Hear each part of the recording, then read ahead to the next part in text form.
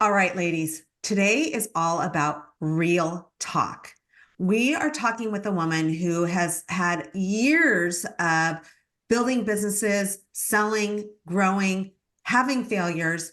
And what I love about our guest today, Kirsten Lambertsen, is that she's honest. She talks about the good, the bad, the ugly, the struggles, because the truth is, there is very few who really make it to success without a whole lot of battle wounds along the way. However, those of us who do reach success listen to stories like this and learn. And so that's what's so amazing about the guest today is that she is willing and open about the true stuff. So get out your notepad and get ready to take notes because we are here with Kirsten Lambertsen. She is the founder of Patron Hunt. And thank you for being here, Kirsten. I'm excited to get into this and talk about, all your different experiences and what you have going on now. Thank you But for having me. yeah, absolutely. So before we hit record, we were talking about, the fact that you have a huge tech background and you've been in the tech world for a long time. And for those of you who are listening, if you hear the word Flash and you remember that tool, or I don't know what you call that software tool, whatever, you'll go back with us. You'll remember those days. But take us kind of on the journey, Kirsten, of you were a tech person, you were based in San Francisco. Um, and talk to us. Talk to us about your first startup and kind of that journey and how you got to where you are now. Okay, so yeah, in 1998, I had moved to San Francisco from Ithaca, New York, where my husband had been going to graduate school for my first internet job. Um, I just kind of got lucky and met someone, and I'd done him a favor at a trade show for a different job I was doing in CD-ROM and DVD manufacturing. And I had done him a favor at a trade show, and he called me and said, is there a favor I can do for you? And I said, well, give me a job. And he did. He I was love that when kind of that works person. out. He was definitely that like kind of person. So for the first year I worked for him remotely, way back then, from Ithaca, and then he said, "You got to come out here, man. It's all happening out here in San Francisco." So we threw everything in a U-Haul and moved to San Francisco. My husband had never been there in his life. He moved to a place he'd never been in his life. But he was up for the adventure, right? So I was at that startup really, until the big crash. And I guess that was 2000. Um, and in that same year, I started my own. And, like if you were around then and if you were in tech then, I can tell you that we were all starting our own. I was not alone, it was like, well, we were all starting our own startups. So there weren't any sites for women's, really, there really weren't. So I started, a website, a beauty website. I love makeup and hair. I do. I just do. And I was obsessed with magazines as a kid my whole life, because I grew up in Wyoming and they were my touchstone to the real world. So I started a site called BeautyRiot. And it was beauty tips and celebrity, beauty for the most part. But we had a makeover application, the one of the first ones that ever existed, where you put in your photo and you could try on hairstyles and makeup on your photo to see how you look and hair colors. And we didn't have web apps in those days because most people were still on a dial-up connection, like, right? Remember that? Like broadband, yeah, it wasn't there yet. And so we ended up making the application in Flash, which was like for the most part, you could do little fun little games and stuff like that, right? Back in those days on the internet, with Flash. And so I hired a developer to build this thing in Flash, so that people could use it over the internet. Because what we would do, right, is add new hairstyles and makeup colors and hair colors all the time. And so, uh, anyway, it was a tremendous success. We were having a great time, and it was just me and like two part-time salespeople. And then, as 2008 kind of rolled in, it was clear that the economy was going to take a dive. And I always joke that I'm an idiot. I don't know anything about economics or real estate or anything like that. But I could tell just walking around San Francisco that there was going to be a real estate crash because like our waitress at the diner for breakfast was investing in her second home. Uh-huh.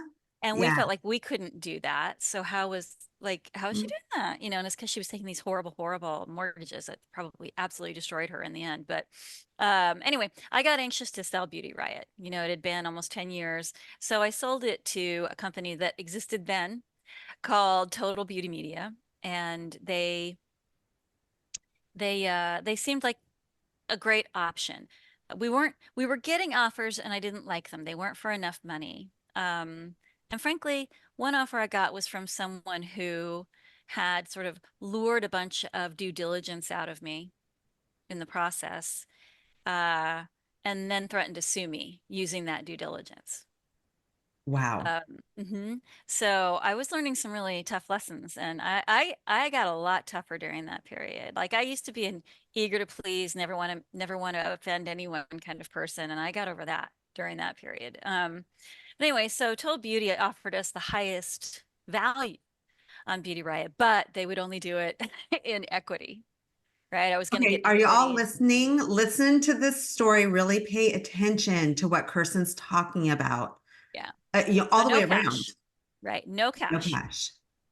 Um, And but you know, they out of everybody I talked to, they looked great on paper. They had big venture capital backing. They had a really great team. The CEO was an ex Procter and Gamble like top exec. You know, like you could find his picture on the internet with him going like So that. he must be He smart. must be good. And a woman who had been with a couple of magazines, you know, as a senior editor, and she was the editor in chief. Like, it all seemed good. They were out in California. They were in Los Angeles. So, so I decided to, you know, place a bet on them. Right? They seemed like the best. And they also seemed like the most honest. And they probably were but that's in context. Yes. Um, and I went to work for them, and that lasted a year, and then they fired me. And then, you know, it took them another 2 to 3 years to just run their company and my company and everything into the ground. And I did not get any money out of that except for the cash that I had in the bank when I sold the company to them. I was allowed to keep that. I just had a conversation with, have you heard of Miyoko's Creamery? Do you know what that is? I don't think so. So it's an alternative to dairy, and they make incredible like cheeses and yogurts and those, but it's really good. And the woman's based out of, I'm in Northern California, so she's based just kind of down the road from where I am. And her name's Miyoko. And so she did something similar. She sold and she was hired on to run this company. And she had created a massive company. Miyoko's Creamery is a big company she started from the ground up, similar to what you're talking about. And same thing, she got fired and didn't get anything in the end. Mhm. And the reason why that's why I love these conversations, because we have to know this stuff. We have to learn from each other so that we can be smarter when it comes when it comes to exit. But the other thing I want to address is that often when it gets to the point where we're ready to sell our company, we're freaking burnt out. We've Mm. been we've been taken And through I the had just had a ringer. baby. I had just had a baby, you know? Yeah. Right? Yeah. Yeah. So, we have a baby or life changes or you're just tired for Well, you whatever know, and we've been reason. through like the first bubble bursting for the internet, 9/11. Okay. Like, Mhm. you know, it was, yeah. And, you know, it had been 8 years. Like, it felt like, well, this is when we're supposed to get the Move prize, on. right? Yes. Now, I Yeah. want to tell you something that is important to include because the way I told it, right, just now makes it sound a little bit like they seemed great. But actually, there were warning signs along the way while we were negotiating the deal. And if I try to not deal in regret, but if I could do it over, I think I would have not sold to them truly. Not that I would have necessarily been a success if I hadn't, right? Like the economy was getting tough and I was getting more competition and all the magazines were getting their own sites and stuff. But um, that negotiation took a year. It took a year for my tiny little company to negotiate a deal with these people. And every time we think we were done, they would come back and take another bite of the apple. And they kept pushing, pushing, pushing, right? Hmm. And there came a point when I was out there with them visiting, and I just took the other CEO into his office and I said, "This is lawyers making money off of you and me. You understand that, right?" And and he went, "Oh my God, you're right. That's it. No more negotiating. We're signing while you're here." But the problem was that like the guy from the venture capital firm that had been brought on as sort of a co-founder with him, I guess for adult supervision or something, he was the one driving all of that, and he wasn't gone. He was still there. And so yeah, so they built in all of these performance things that BeautyRiot had to meet and all this stuff, right? And I look back, and my lawyer at the time, a woman, kept saying to me, "You sure you want to do this? I don't Oh, so like." she kind of had the gut feeling that something ain't right. Something Yeah. isn't good. And I was just so keen to sell, do you know? Yep. And I think like I let fear and exhaustion and stuff like drive my decision making a little bit, or Okay, a so lot of with it. that, yeah, and fair enough. If you could do it over, right? Let's say that the company was set to be successful. You had set it up and you knew everything that you know now, right? What would you do differently when it came to that, other than not following through with the deal? How would you have negotiated different? What do you think you would have done Yeah. differently? Okay, so here's something I've really, really learned, right? And I did have a tiny handful of angel investors in my company, friends, all of them, who had, already were rich or had gotten rich during all of it, and were like, 15,000 bucks, let's do it, right? Like they were cool. But the one who was the most experienced and the most seasoned, right? When I told him I was selling, he was like, "Huh, really? Really?" You know? And I should like when people try to diplomatically, right, give you, he was too nice and polite to just say, "Well, Yeah. are you out of your mind?" Right? Like I wish he would have said that. Just be clear, say what you're thinking, right? Right? Yeah, like Yes. I would have loved to have been taken behind the woodshed for that, because that would have been a good thing for me. But he was a very nice person, and he had lots of investments, so he probably didn't feel like he also had the time to sort of like go around and around about it with me. But I would have I would have understood, go into a negotiation knowing exactly what you have on the on the least conservative level, on the most what's the word I'm looking for? Not conservative, but Liberal or liberal or optimistic level. mhm. That because I had a lot, I had 1 million email subscribers. I had 2 million unique visitors a month, which in those days was really a lot. Yeah. I had this app that was really cool. What I needed was um, a cash influx. Like that is what BeautyRiot needed at that time. If I would have gone the investor route, that might have been better. But at that time, I was terrified of venture capitalists, terrified of them. I did And not, look what happened. The venture capitalist is the one who doomed you anyway. right? I was That like, they crazy? deal with the venture capitalists and I won't have to, and everything will be fine because they're all men and like they know how they do these things, really seriously. And yeah, so I did not have enough confidence in what I'd built, right?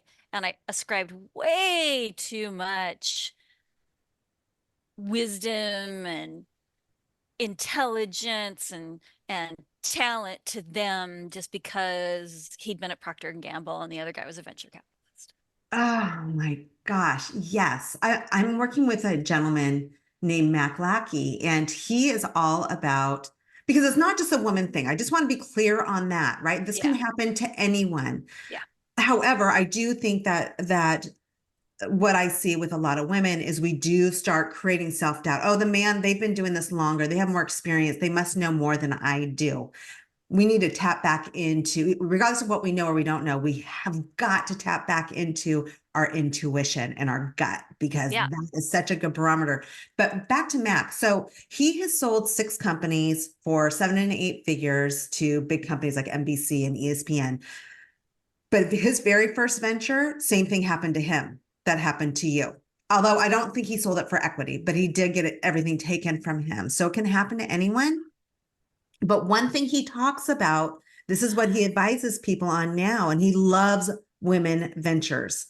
He talks about that. He said women are just overall better entrepreneurs. But what he talks about is take stock of what your assets are. So you talked about how many page visitors or site visitors you had and all that stuff. And when you go to sell, find a strategic buyer who wants those things, Those right? things. So where it can help them go from, instead of you selling for, a 4 times your revenue, which is 3 to 4 times, now you sell based on strategy or strategic buyers who for their company, it will help them grow by exponentially Right. by having those assets. So for all of you listening, just kind of keep that in mind. Be aware of what your assets are and the other value that you have, and price accordingly, and own that. So I'm Yes. glad that you And brought that up. and really, like, don't ignore your instincts, because there were other things too, that just were a bad vibe. And um I really should have just listened to that. What I had gone out there to visit, was it that same trip that I told him, this is lawyers making money off of us. Great line. I So true. Yeah, I was meeting the team, and I was meeting this woman who was their editor in chief, who had a very vaunted history in print magazines, which really, really spoke to me, because I had grown up as a little kid, my whole life reading. My room was stacked this high with fashion magazines. I kept them all because it was my connection to the big city. And when I went in and met with her, nice conversation, blah, blah, blah. And then I went and met with some other people. And as I was walking by her office after a meeting with someone else, she was in there with her, like, her right-hand guy. And we had been looking at BeautyRiot on the computer, she and I together, talking about how we would redesign it and stuff. And I knew it needed a redesign, right? Um, and they were in there, like, sniggering. And when they And you saw knew they were me, talking about you? yeah, and when they saw me, they did like this just very, very awkward. It was so Oh. obvious, right? Like, it was like catching my kids, right? When they're eating the more chocolate chip cookies than they're allowed a day or something like. And I thought, well, and again, guess what I did? I went, well, it probably does look kind of to someone like them, but that's okay. When I get here, I'll prove to them that, I know that, and we'll bring it up to them. Wow, like, I should have just taken that as a sign that this was not a nice person, and she was not a nice person. Mm-hmm. And so that brings me to another thing. This is such a great conversation, Kirsten, first of all, but it's our circle of influence, right? Who are we hanging out with? Who do we have access to who are our champions, who can help us play smarter, who can be those bouncing boards, who we can go to and say, hey, this just happened. What do you think? Yeah. How should I handle this? Right. Yes. And having that circle of powerful people Yeah. who can help you. The other thing I want to address is the bitches. Sorry for the language, but it's You don't have true. to say sorry to me. Yeah, it's true. Yeah. Ladies, freaking help each other out. We need Yeah. to be in this together, rise each other, to help each other come together and rise together, and or pull someone else up. Yeah. So much in corporate. Not, I haven't seen it as much in entrepreneurship, but I have seen it a lot in corporate. And I hear this story all the time. There's, to get to the top, it's often a struggle, especially for women, right? They've learned to claw. Don't make it so hard for other women. Let's bring each Right. other up, because then we can play together and we can collaborate. And then 1 + 1 = kaboom. Right. right? And I Right. see it over and Oh no. over again when we're helping each other. She was So right out of the Devil Wears Prada playbook, this lady. yep. Yeah. Yeah. Yeah. So I just kind of want to call that out because I want to change that trajectory and I want these women to be aware of it because all they're doing is hurting themselves and others. That experience was the only time I have ever cried at work, ever. She was so out to get me and she was so good at it, that after one conversation with her, like I just had to kind of hang up on her and stop talking to her. And I burst into tears because I just thought, I'm so outgunned. I don't know how to do this. Mm. Once again, if you have that big circle, right? And so I can't emphasize that enough because we do feel alone, especially Yeah. as women. We feel alone. We Ugh. feel like you talked about the self doubts. However, you were a technologist. Back then, there weren't many of you.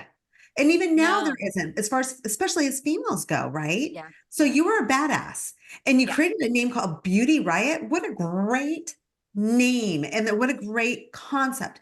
But it just takes one or two people to make us self-doubt, Yeah, right? absolutely. And that's And what for happened. me, yeah, like it was super easy with me at that time. Yeah, I I've can learned get a it. lot since then. Yeah. That's why that's one of the things I love, Kirsten, about getting older and becoming more mature is that, right? You can't knock me down as easy because I'm going to come up fighting, or at least I'm going to come up with a sharp tongue and a smart wit Yeah. to counterbalance that. I've Okay, so been we're getting towards almost all the rodeos, so I know all. yeah. It's a great to me. I feel like this is my best time, quite frankly, because Yeah, I me have too. some things to power Yeah. me up. Yeah. Okay, so now tell us about. We can't let you go without you telling us about your latest venture, Patron Hunt. So tell us about that. So Patron Hunt is an alternative to independent creator income platforms like Patreon and Ko-fi. So we are a place where an independent creator, you can be an artist, musician, YouTuber, blogger, writer, publisher, like there's a million things we have on there. You can come on and you can establish a presence there. And then you can offer monthly subscriptions to your supporters, to your fans, right? So that they can throw you a couple bucks every month so you can keep doing what you're doing. Um, the difference between us and companies like Patreon and Ko-fi is that we're the only one that actively gets out and promotes our creators. So I actually feel that the job of the platform is not to take the transactions because anyone can do that. That's Yeah. really not some kind of special value proposition. The job of the platform is to help the creators get more supporters and get more money, because we have that, because when you can get everybody together, right, in categories that can cross-pollinate, that's what the platform can bring to the picture. So that's what we do. And we also offer the lowest fees of all the platforms out there because I have no intention of ever taking any kind of venture capital. And so I'm not under insane pressure to 10x revenue in the next 5 years. I will never play that game again. Um, so like I don't have to constantly be thinking about, is this maximizing the top line, or Instead, you can the concentrate profit on margin? yeah, instead you can concentrate on giving your clients the best experience, Yeah, right? yeah, And those who are going to be hiring them. So I'm with you. I love that. yeah. Where can we go to find out more about Patron Hunt? So go to patronhunt.com. Easy enough. Yeah, there's a link at the top if you're a creator and you're interested in, that there's a link at the top that says become a creator. Patronhunt.com itself is where you can discover all kinds of wonderful creators in just about any possible category you can think of. Whatever your thing is, we have a creator for you there, and you can find out how to support them. Yeah. I think supporting them and maybe collaborating too, that might be an opportunity as well. So I love it. Yes. Kirsten, this has been an incredible conversation. Thank you for being so real and sharing your true story and, helping others learn from, that's what we have to do. We have to help others by sharing the real stuff that goes on. So thank you. Thank you. Amen. And I look forward to what's to come with Patron Hunt. Thank you so much. This was a ton of fun. To be the best, you need to play with the best. You might not have your own personal high level circle of women yet, but you can hang with us on the Female Millionaire Show. I'm Midori Verity, serial entrepreneur for over 25 years, and I interview badass female founders and cut through to what you really need to know. So in 20 minutes, you have what can take years to learn. If you're wanting to play bigger, come play with us. Join the female entrepreneur revolution today. Cheers.